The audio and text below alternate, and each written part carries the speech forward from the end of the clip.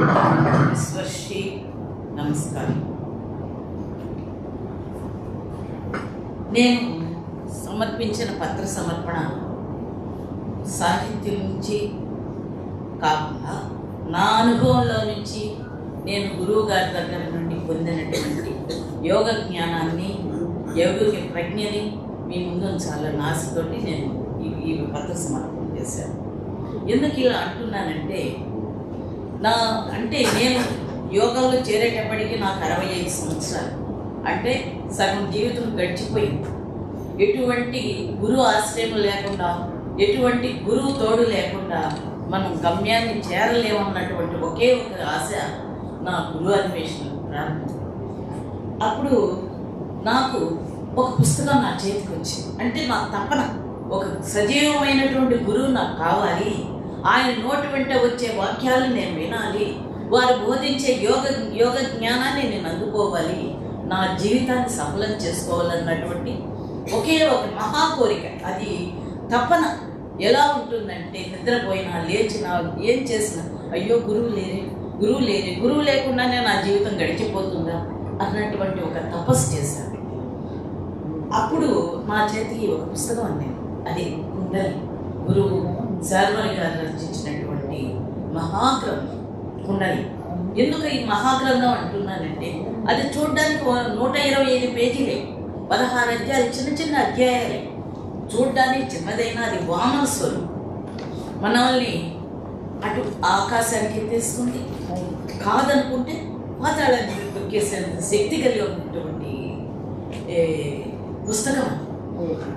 దాన్ని తీసుకున్న తర్వాత నా జీవితం చుక్కాలాగా దొరికింది. ఆ మహా వ్యక్తి రచించిన చిన్న పుస్తకం నా జీవితాన్ని శాసించింది, దశను దిశను నిర్దేశించింది. అప్పటి నుండి ఇంకా నాకు ఎందుకు ఇలా అంటున్నానంటే, ఆ అమూల్యమైన పుస్తకం, ఆ పుస్తక స్పర్శ తగలగానే అక్షరూపం ఉన్న గురువు యొక్క అమూల్యమైన శక్తిని అనుభవించాను. అంటే నేను చదవక ముందే ఆ పుస్తకాన్ని తాకగానే నాకు ఒక విధమైన శక్తి నాలో ప్రవహించింది. అందువల్ల అక్కడి నుంచి నేను ఆ గురువు కోసమని అన్వేషించిన దానికి అది నాకు నేర్పినటువంటి మార్గం ఏమంటే, గురువు యొక్క అవసరాన్ని చెప్పింది, అనుగ్రహాన్ని చెప్పింది. దాని గురించి శార్వరి గురువు గారు ఇలా అంటారు, గురువు అవసరం ఉండి తపన చెందినంత మాత్రాన గురువు లభించడు. గురువే శిష్యుడిని గుర్తించాలి. సాధకుడు సిద్ధమైనప్పుడు గురువుని చేరడం జరుగుతుంది. గురువునకు శిష్యుని గుర్తించడం నిమిషం సేపు పట్టదు.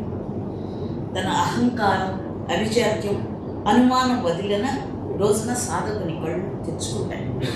ఆ రోజు మాత్రమే గురువు అతని శిష్యునిగా అంగీకరిస్తారు.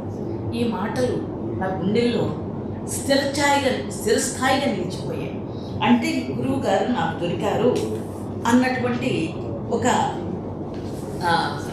స్థిరమైన నమ్మకం కలిగింది.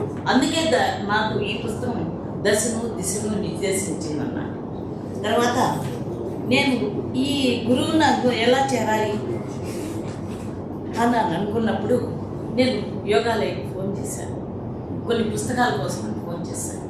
అప్పుడు నాకు ఒక దివ్యమైనటువంటి స్పర్శ, అంటే ఫోన్లో ఏంటి స్పర్శ అంటారు, అక్కడి నుంచి వచ్చినటువంటి శక్తి ప్రవాహం అలాంటి. ఆయన హలో అనగానే, ఎవరమ్మా, ఏం కావాలి? నేను తిరుపతి నుండి ఫోన్ చేస్తున్నాను. ఏం కావాలి? నేను పుస్తకాలకు డబ్బులు పంపానండి. అది పుస్తకాలు వస్తాయో రావో దాని గురించి కాదు, నాకు నా గురువు యొక్క వాణిని వినాలి, ఆ స్పర్శని నేను అనుభవించాలన్నటువంటి ఒకే తపనతోటి నేను చేస్తాను. ఆయన అప్పుడు అవతల ఎదుగు మాట్లాడుకున్నారండి, మీరు ఎవరండి అంటే, నేనే శార్వరి. ఒక్క మారు నా పరిస్థితి ఎలా ఉంటుందో చూడండి. ఎవరి కోసమైతే నేను ఇన్ని రోజులు నేను తపస్సు చేశాను, ఏ గురువు కోసమైతే నేను తపస్సు చేశాను, ఆ గురువే నా ముందర నిలిచినట్టే.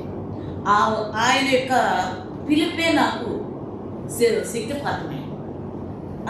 తర్వాత ఆయన ఒకే ఒక మాట అన్నారు, అమ్మ యోగాశ్రమానికి ఒక మాట రండి అని.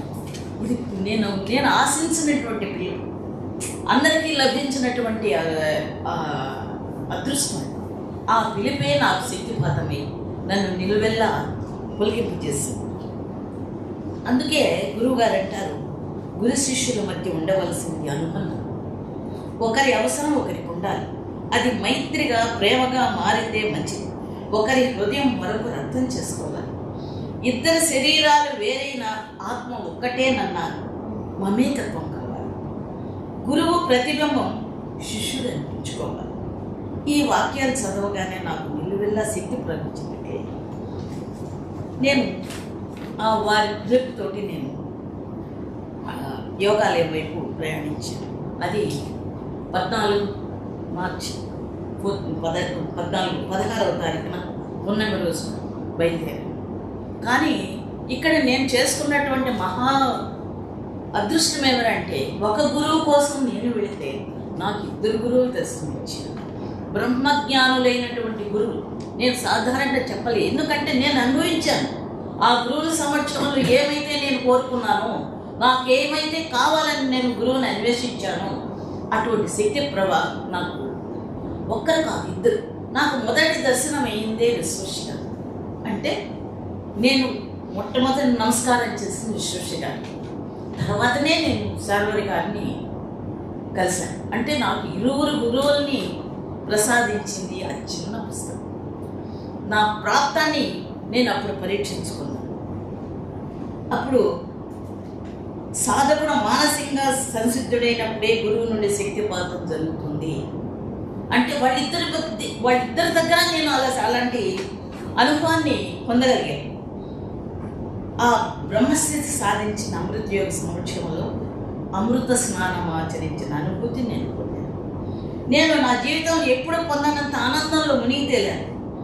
విశ్వేశ్వర గారు ప్రసాదించిన ఇనిషియేషన్ తీసుకున్నాను. ఆ రోజు ఇనిషియేషన్ సమయంలో నేను పొందిన అనుభవం అమోఘం. నాలో శక్తి తరంగాలు సుళ్ళు తిరుగుతూ నాకే తెలియని వింత శబ్దాలతో ఓర్తుముఖంగా సాగాయి. ఇది యోగాలయంలో నా తొలి యోగ అనుభవం. నా ప్రమేయం ఏమీ లేదనిపించింది. నేను కోరింది, నేను అన్వేషించిన గురువులు, సద్గురువులే నన్ను ఆశీర్వదించారు, అనుగ్రహించారు. 2 అమృతమూర్తులు.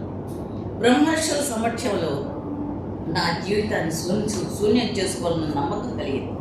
ఇది నా 2 గురువుల సమక్షంలో నా తొలి అనుభవం. గురువు గారు ఒక మాట అన్నారు, అమ్మ పుస్తకాలు చదవను, ఒక యోగం అన్నారు. అందుకే నేను వారు రచించినటువంటి అన్ని పుస్తకాలు చదివాను. దానికి ఒక మాట అంటారు గురువుగారు, పుస్తకం చదివే వారు బుద్ధితో చదువుతారు, బుద్ధిమంతులు అవుతారు, మనస్వినులు అవుతారండి. అంటే ఎందుకు ఇలా అన్నారంటే, వారి పుస్తకాల్లో ఫస్ట్లోనే చెప్పేస్తారు, మా రచనలు ఏవి చదివినా పాఠకులు చిత్రమైన ఆధ్యాత్మిక అనుభవాలు పొందడం జరుగుతుంది. అపూర్వమైన యోగానుభూతులు కలుగుతుంటాయి. కొందరిలో స్పందనలు, మరికొందరిలో ప్రకంపనలు కలుగుతాయి. చదువుతున్నాగానే ఆవులెంతలు వచ్చి కళ్ళు బరువెక్కి ముద్దలు పడడం జరుగుతుంది. అంటే అది ఒక విచిత్రమైనటువంటి పరిస్థితి. కాబట్టి నేను అటు నుంచి యోగాన్ని చేసిన తర్వాత గురువు గారితో నాకు ప్రత్యక్ష అనుభవం లేకపోయినా 1.5 సంవత్సరం పాటు వారి సమక్షంలో నేను కొంత శక్తిని పొందగలిగాను, శార్వరి గారి గురువు గారు. కానీ నాకు ఇంకో గురువు గారితో సంబంధం అట్లే ఇప్పటి వరకు అలానే సాగుతుంది. 15వ సంవత్సరం డిసెంబర్ 12వ తారీఖున నాకు ఫోన్ కాల్ వచ్చింది. అంటే విశ్వేశ్వర గారు ఫోన్ చేశారు, అమ్మ గురువు గారు మాస్టర్ గారి దగ్గరికి వెళ్ళిపోయారు. నాకు అర్థం కాలేదు, ఏంటి దాన్ని అర్థం చేసుకోవడానికి నేను గ్రహించడానికి నాకు చాలాసేపు పట్టేది. కానీ మస్తకంగా వణికిపోయాను. అంటే గురువు గారు వెళ్ళిపోయారని చెప్పాను. నేను అది జీర్ణించుకున్న తర్వాత నేను బయలుదేరి యోగాశ్రమానికి వచ్చాను. వచ్చిన మరుసటి రోజు అంటే నాకు 12 గంటలు పట్టింది తిరుపతి నుంచి హైదరాబాద్కి రావడానికి. ఈ 12 గంటలు నేను అతాకుతలంగా ఉన్నాను మనసులో. కానీ ఎక్కడో ప్రశాంతత, మనసు ఎక్కడో ప్రశాంతత. నేను వచ్చి యోగాశ్రమంలో అడుగు పెట్టగానే అక్కడ మనకు ఎంతటి ప్రశాంతత అంటే మనం ఊహించలేము. ఒక చావు ఏంటి ఇంత ప్రశాంతంగా ఉంటుంది ఆ చావుని అనుకుంటాం. ఆయన నిష్క్రమణ, ఆ మహాగురువు ఊరేగింపు వెళ్ళిపోయారు. ఒక విగ్రహం అంటే పూర్ణ విగ్రహం ఆలయం నుండి ఊరేగింపు వెళ్ళిన తర్వాత ఉన్నటువంటి ప్రశాంతత, ఆ ఇల్లు అంత ప్రశాంతంగా ఎలా ఉంది. ఇంటి నిండు బంధువులు ఉన్నారు, అందరూ ఉన్నారు. ఎవరిలోనా ఒక దుఃఖపు ఛాయ అనేది ఇక్కడ లేఖన ఉంది. అందరికి కడుపు నిండా దుఃఖం. కానీ వాళ్ళ యొక్క సంస్కారం అది, వాళ్ళు దేవతల లేకపోతే ఋషుల మహర్షుల ఎవరు వీళ్ళు ఇంత నెమ్మదిగా ఎలా ఉండగలుగుతున్నారు నాకైతే కుదరలేదు. అది విశ్వశ్రీ గారి దగ్గరికి వెళ్ళేది. గురువుగారు వెళ్ళిపోయారమ్మా అన్నాను. నిన్ననే వెళ్ళిపోయారు అన్నారు. అంటే ఆయన ఏదో సూట్ కేసు పెట్టుకొని ఏదో టూర్ వెళ్ళిపోయాడు. అంత నెమ్మదిగా చెప్పారు. సరే నేనేం మాట్లాడలేకపోయినా ఆ సమయంలో మనం ఏం మాట్లాడతాం. సరే మళ్ళీ అమ్మగారి దగ్గరికి వచ్చి అమ్మగారు అలలో ఆగినటువంటి సంబరాలాగా గమ్మని కూర్చొని, అమ్మ గురుగారు వెళ్ళిపోయారు తల్లి. ఏం జవాబు చెప్పేది, ఏమి ఆమె ఓదార్చేది, ఆమె నన్ను ఓదార్చినట్టు అనిపించింది. ఇది ఈ మహర్షుల సన్నిధిలో నా జీవితాన్ని పరిపూర్ణంగా చేసుకుంటున్నాను. అదే సమయంలో ఆయన ఎక్కడో వెళ్ళలేదు. ద్విగుణీకృత శక్తితోటి విశ్వశ్రీ రూపంలో నా జీవితంలో ప్రత్యేకంగా నన్ను ఆశీర్వదిస్తాను.